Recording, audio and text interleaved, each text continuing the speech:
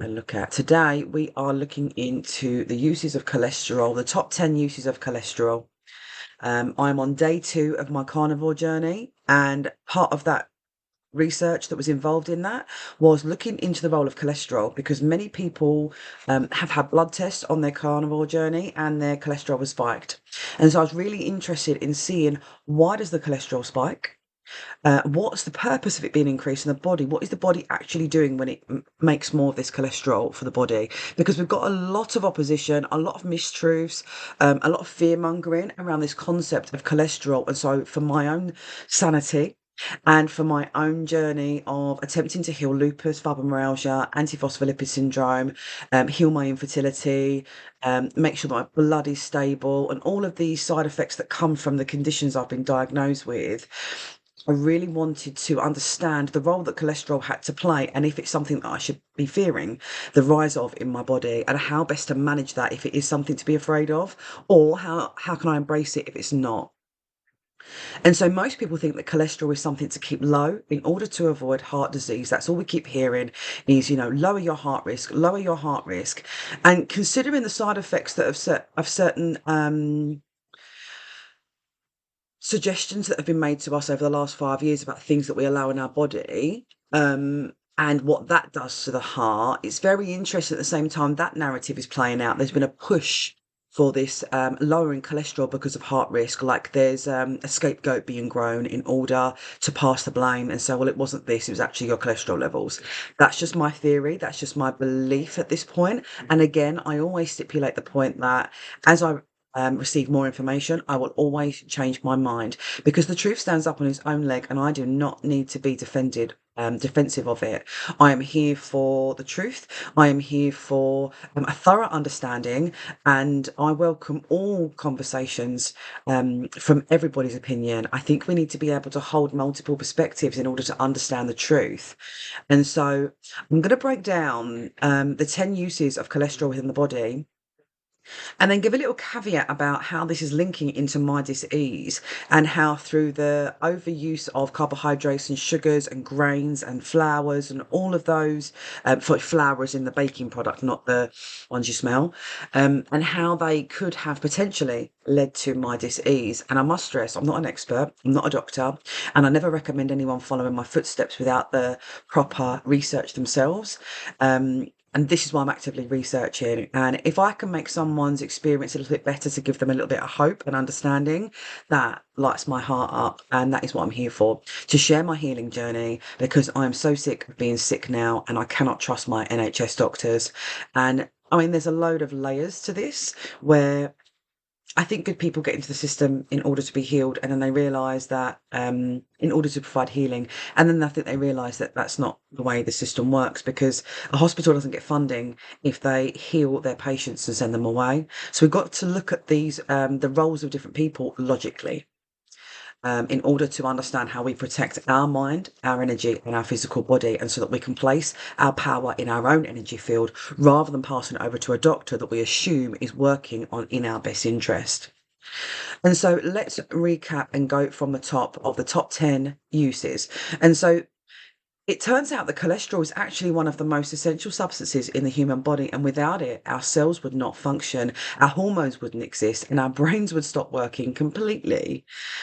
So today I'm going to break down the 10 crucial roles of cholesterol and show you how it keeps you alive and thriving, and how it's not necessarily there for us to be afraid of it, and why we probably need to be paying closer attention to what the elders in our life, our parents, our grandparents, are being exposed to, when doctors are forcing them or heavily suggesting to them that they take statins as soon as they hit 70. And the moral and ethical concerns around that. We need to support our elders now, because they may not have the functionality and the brain capacity and the mind capacity to do so for themselves. Yeah. Just something to put on your radar if you are caring for, or have the capacity of the caring role for anybody in your life who is now being tempted or suggested they take these awful drugs. Do your research. Here is the top 10. Beg your pardon, let's rephrase that. Here is the 10 uses of cholesterol. And so the first one is cell membrane structure. Cholesterol is the brick mortar of your body, and the functionality here is that every single cell in your body is surrounded by a membrane, and cholesterol is embedded within it. This membrane controls what enters and exits the cell, ensuring that nutrients get in and toxins stay out. Cholesterol keeps the membrane stable yet flexible, allowing cells to communicate and function properly. It organizes proteins within the membrane, ensuring that they are positioned correctly to send and receive signals. So think of this like a brick wall. Your cells are the bricks and the cholesterol is the mortar holding them all together. And without it, the wall crumbles just like cells would break down if they didn't have enough cholesterol to keep their membranes intact. And so what happens when there's not enough cholesterol here? The cell membranes become weak, making them prone to damage. Poor nutrient absorption, cells struggle to take in vitamins, minerals, and hormones, and increased risk of brain cell damage linked to neurodegenerative diseases like Alzheimer's. Yeah. And the references for this will all be down in the video description below, just for pure transparency. Go check it out, go have a little read and have a little exploration yourself. And don't just believe me, a lady on the internet. So point two, as the use of cholesterol is hormone production. And many of you know that I'm looking to heal my infertility through the carnivore way of eating. And so my hormones are going to play, rebalancing is going to play a really vital part of this journey. And I wanted to make sure that I wasn't doing more harm than good. And so it's such a relief to know that cholesterol plays a role within hormone production so that I can rebalance all of my body. For the last 20 years, my FSH has been so high, my brain trying to kickstart my ovaries to produce an egg and release an egg, and it hasn't worked. I've had 3 cycles in that time, and they were just told me it was spontaneous, and could happen throughout the process. And so see cholesterol as the Lego bricks for your hormones. Cholesterol is the raw material for making steroid hormones, which control vital body functions. The body converts cholesterol into pregnenolone, which is the first step in producing cortisol, which manages your stress and inflammation. It it supports in producing estrogen and testosterone to help regulate your reproduction, energy, and muscle growth. Progesterone supports fertility, pregnancy, and menstrual cycles, and aldosterone balances salt, water retention, and blood pressure. So without cholesterol, these hormones can't be made, leading to severe health issues. And so the best analogy to look at this like is cholesterol is like the Lego bricks. It's the raw material that your body needs to build all kinds of different hormone structures. If you don't have enough bricks, your body can't complete the structure, which means hormones become imbalanced. And so if there's not enough cholesterol here, the potential side effects could be hormone imbalances, infertility, low libido, fatigue, and poor stress responses, muscle loss, bone weaknesses, and energy crashes due to low testosterone and estrogen, and severe PMS, mood swings, and menstrual irregularities from low progesterone. It's fascinating stuff. And wasn't even going to research the cholesterol. I just wanted to know that I'd be safe because they mentioned it to me about 3 months ago. You should take some statins, your cholesterol's higher. Because I've been trying sort of an intermittent carnivore diet to see how it felt to eat purely meat and nothing else. And I did feel like I had a lot more energy. I felt a little bit weller. And then as soon as I went back to the old foods, my God, did I go into flare up. So it's very interesting to see how this will affect your hormones, which is was the main driver all along. I want to be a mother, I want to have children, and I want to be able to get pregnant naturally. And the NHS have already told me that I don't qualify for IVF, passing me over to the excuse that because I've had a stroke, it's risky, it's dangerous, you could die in childbirth, all that fear-mongering stuff they give you. But I think if you get into your body into a healthier state, we can lower and mitigate those risks. And so point 3, which those of you that are suffering with autoimmune diseases know that you're probably prescribed vitamin D every month. And I would make the caveat that if you're getting vitamin D on prescription for pharmaceutical, I would switch to a more organic brand or just double check there's no bulking agents in there, because you do not want to overwhelm your body with products like bulking agents within your supplements. And you want to make sure that you're taking a really high quality version of it. And you can also go out into the first 2 hours of sunlight in the day, because your skin will absorb that.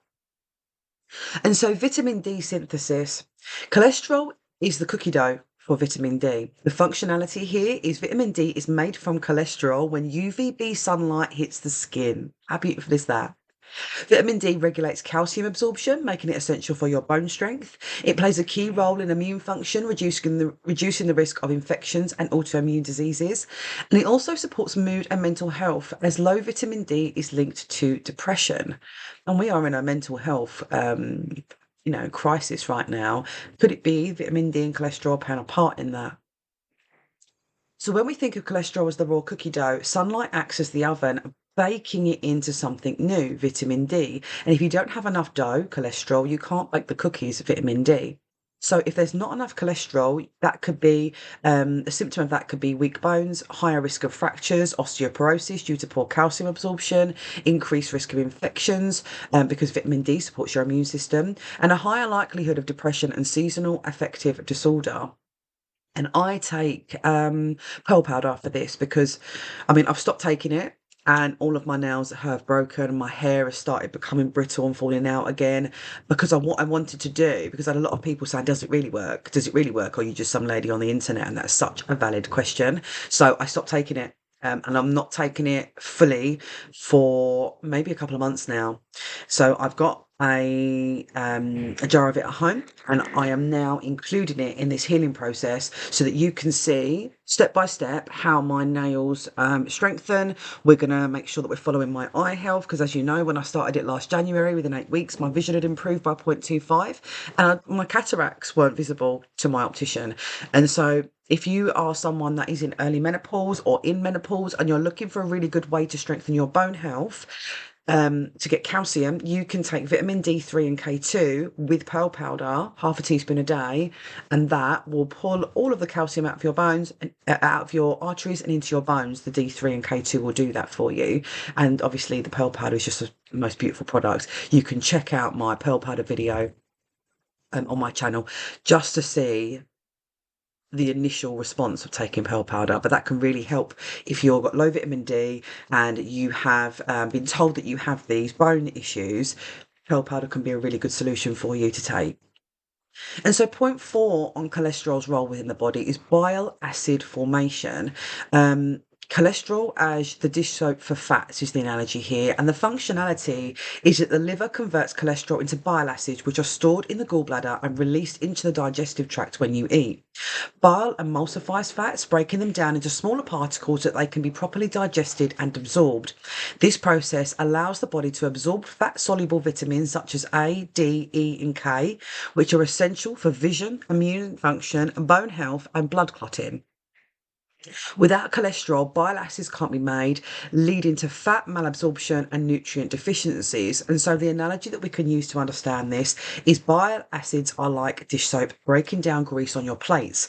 Without enough cholesterol, you don't have the soap to clean the fats in your digestive system, making it difficult to absorb all those essential nutrients that are there. What happens if there's not enough cholesterol here? So it could look like poor fat digestion, bloating, diarrhea, and greasy stools, which is fat malabsorption. Vitamin deficiencies, such as which can bring about vision absorption, which could be low vitamin A. Weak bones is low vitamin D, and immune dysfunction could be low vitamin E. Also, it can bring about gallbladder dysfunctions and increase the risk of gallstones and sluggish bile flow. And so, just from the first points alone, I'm infertile, I've got lupus, and my gallbladder's been removed. And so, was it cholesterol the whole time mixed in with this mercury toxicity that kicked it in and threw my body out of balance? Those of you that have watched yesterday's live will see how I'm pretty sure that mercury overlaps with a lot of my symptoms, and low cholesterol could also be a factor to consider. And so, point five of the cholesterols used within the body is cell repair and growth. Cholesterol as the construction worker. The functionality here is that every cell in the body undergoes wear and tear, requiring constant repair. You are constantly releasing cells, you are constantly becoming anew. This is a regenerative process within the body. And then cholesterol will play a key role in regenerating damaged cells, especially in high stress areas like skin, muscles, and intestines. And we know that, cancer cells and things like that. Is this why we're seeing increased cancer rates? Because the cells are confused in what they're doing. Again, I'm not an expert. I'm just throwing out concepts that come to mind as we're moving our way through this research as maybe things to consider. I know I watched a podcast a little while ago that said there's actually 7 current theories of cancer. And so we're treating people based on theories, not on solid factual evidence. And so bringing this cholesterol understanding in can maybe help us understand why the body is in so much chaos and why we're not able to release all of these damaged and cancerous cells potentially. Always do your research. Never trust the lady on the internet. It helps heal wounds by supporting cell membrane regeneration and new tissue formation. And cells that are under high metabolic demand, such as brain cells and muscle cells, need cholesterol to maintain structural integrity and keep functioning properly. And so we're seeing this rise in Alzheimer's and dementia. Let's wait this up here, yeah? The analogy that we could look at that through is that cholesterol is like the construction worker repairing roads. And if there's not enough workers on site, the roads start falling apart, full of cracks and potholes. Sounds like the UK's roads, right? And without enough cholesterol, your body struggles to repair itself. So what happens if there's not enough cholesterol? For this functionality, we get slow wound healing, increased risk of infection and scar formation. We get weakened skin barrier, more prone to acne, eczema and dry skin conditions, and muscle weakness and slow recovery from exercises and injury. I mean, the coincidences here of the overlap of cholesterol and heavy metal toxicity in the body with all of these conditions is just growing stronger and stronger the more research I do. And I've got some theories as to why this is unfolded, and it's almost by design when you look at the facts that there's all these talks of depopulation agendas and keep them sick and stupid and, the divide and conquer, and they're actually on the base level dividing us within our own bodies. And so that will be on my Patreon in my After Dark sessions because I want to keep this channel alive. And so point 6 then. Brain health and memory. I just touched upon dementia and Alzheimer's. And so cholesterol is fuel for the brain. Cholesterol's fuel for the brain. The functionality of it here is that 25% of the body's total cholesterol is found in the brain, where it supports neuronal function, learning, and memory. Cholesterol maintains the integrity of your synapses, the connections between your neurons, allowing for proper electrical communication between brain cells. Remember, we're electrical beings as well. It's why magnesium is so important and why the salt, telling you to stay away from salt in your diet is, salt is a conductor. And so, yeah, really look into the use of magnesium in the body. I'm sure there's going to be a deep dive for me coming up on that. So keep subscribe to the channel if you're not already to stay in the loop when that comes out. It is essential for the production of neurotransmitters like serotonin and dopamine, which regulate your mood, focus, and emotional stability. And again, we're seeing a rise of ADHD, anxiety. There was a study a little while ago that I'm pretty sure it cleaned up the diet, and 72% of the participants didn't meet the criteria for ADHD anymore. And so it's really important to look at how we are regulating ourselves and if we are being lied to about the use of cholesterol and whether that could be a potential heal for things like ADHD.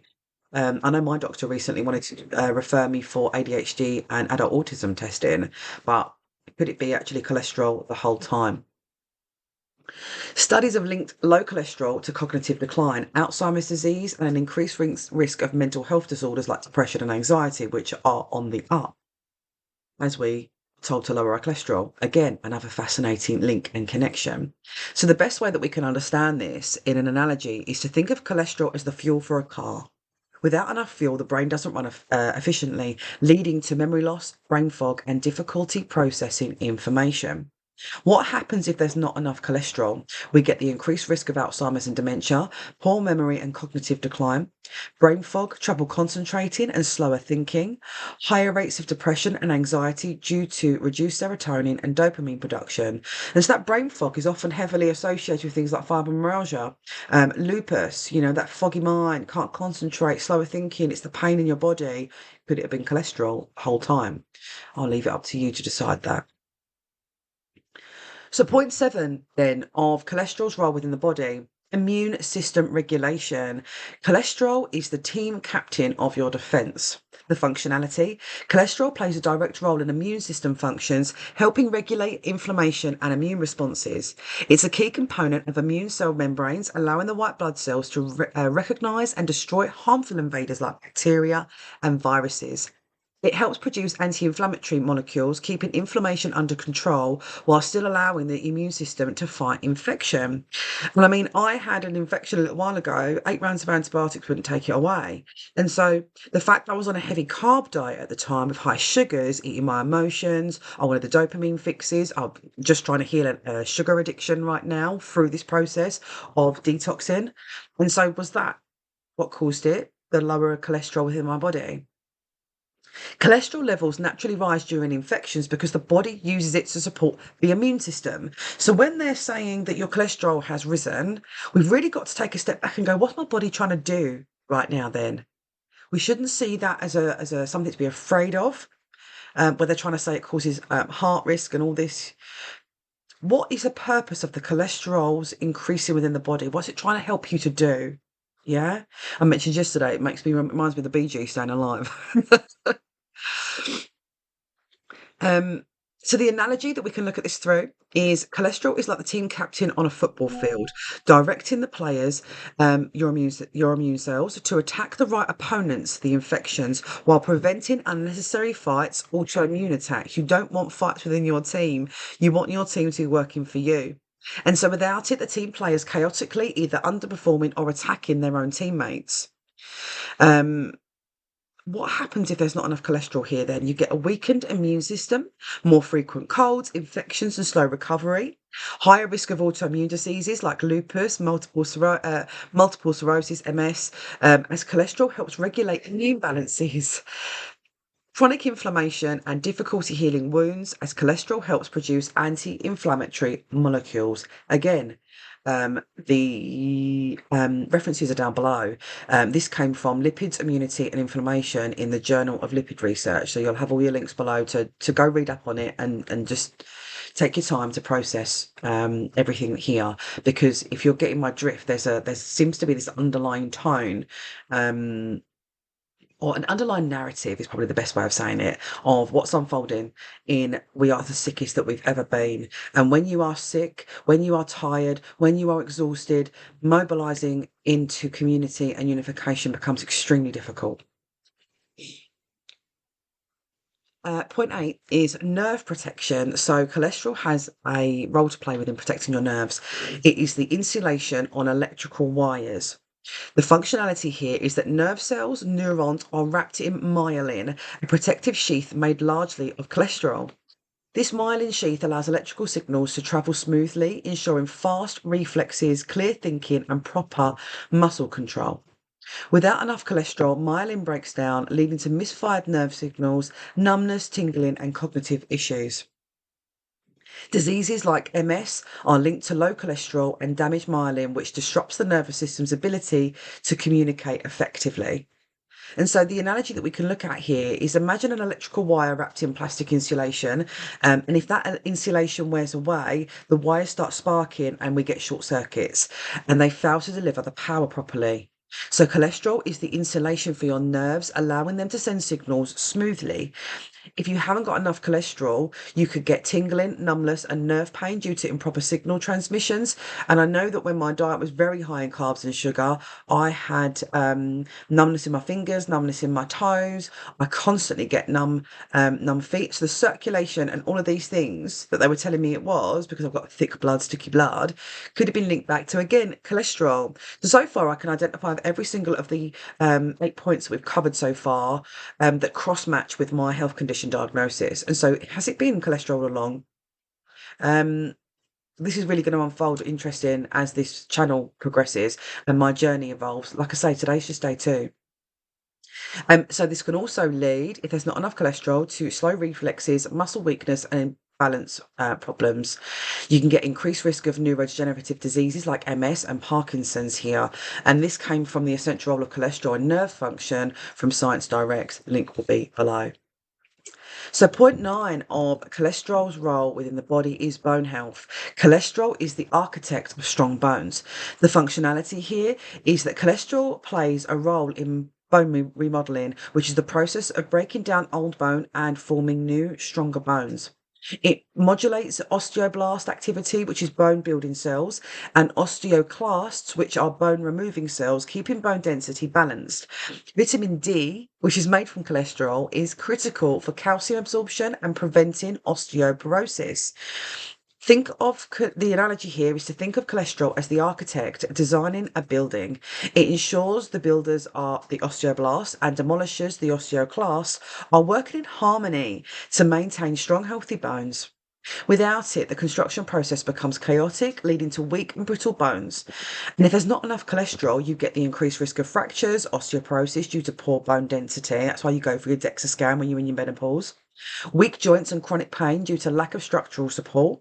Slower recovery from injuries as cholesterol plays a role in tissue regeneration. And that came from the New Insights of Cholesterol Functions, A Friend or an Enemy. The link is in the description below. And the final point in my research that I found was that cholesterol has a role to play in cell signaling and communication. It is the message carrier. The functionality of cholesterol here is that it helps cells send and receive signals, allowing organs and systems to communicate properly. It forms lipid rafts, specialized cell membrane areas that help proteins interact efficiently, ensuring messages get delivered. This is critical for hormone signaling, immune responses, and nervous system functions. Imagine a stage where actors, the receptor proteins, perform a play. The cholesterol helps assemble the stage, ensuring the actors are positioned in correctly and they interact to convey the story, the signal, effectively. Without it, the play is a mess, signals get lost, and the performance cell functions will suffer. So what happens if there's not enough cholesterol here? You get poor communication, which is your metabolism, your energy, and your reproduction suffer. You get weaker immune responses as cholesterol helps immune cells recognize threats, and increased risk of neurological disorders as the brain relies on cholesterol-based signaling for cognitive function.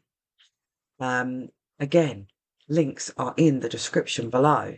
References, transparency. I'm a lady on the internet. Please don't believe me and follow any advice that I've given you today. This is just my research.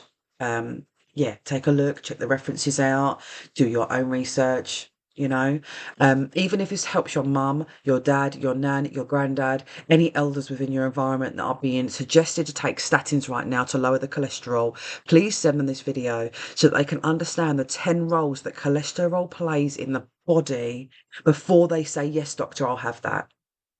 Yeah, get them to challenge their doctor. What's the root cause of this disease in my body, doctor? What about these 10 roles that cholesterol has to play in my body, doctor?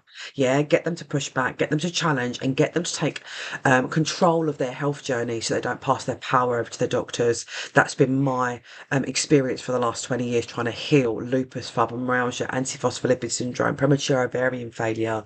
I want to be a mother, and that's what this journey is all about. I had to go on that journey because now it's given me the tools to really push back because nobody can deny my personal experiences, and it allows me to be an example for what you can do for your body rather than just another person on the internet saying do this and you will heal. There's some snake oil salesmen out there, and a lot of people, we're not able to communicate and hold opposing viewpoints in our mind space anymore. It just becomes really difficult to portray our own opinions, and people get really dismissive of it or defensive about that. And so I feel that in the age of censorship and fake news and all of this, that actually the role I have to play now to support other people needs to be from my own experiences, not from what I've read somewhere else. And so that's all I ever will be sharing is my personal experiences. This is how it impacted me. So I think that's really important. My integrity is the most important thing for me. But if you want to see my journey, my deep dives, you can join me on Patreon. The link is in the bio, and I've just set up a channel for Radiate because Luminate is going to be how we bring hidden information to light. That's going to be my astrology information, crystal journeys, Reiki healing information, hidden truths, mystery, sort of the hidden mysteries of life. And then Radiate will be how I'm helping my body to radiate from within, and to light up this healing space of my personal journey. So you can, subscribe to my Radiate channel on YouTube. Yeah. I really appreciate you being here today. Thank you.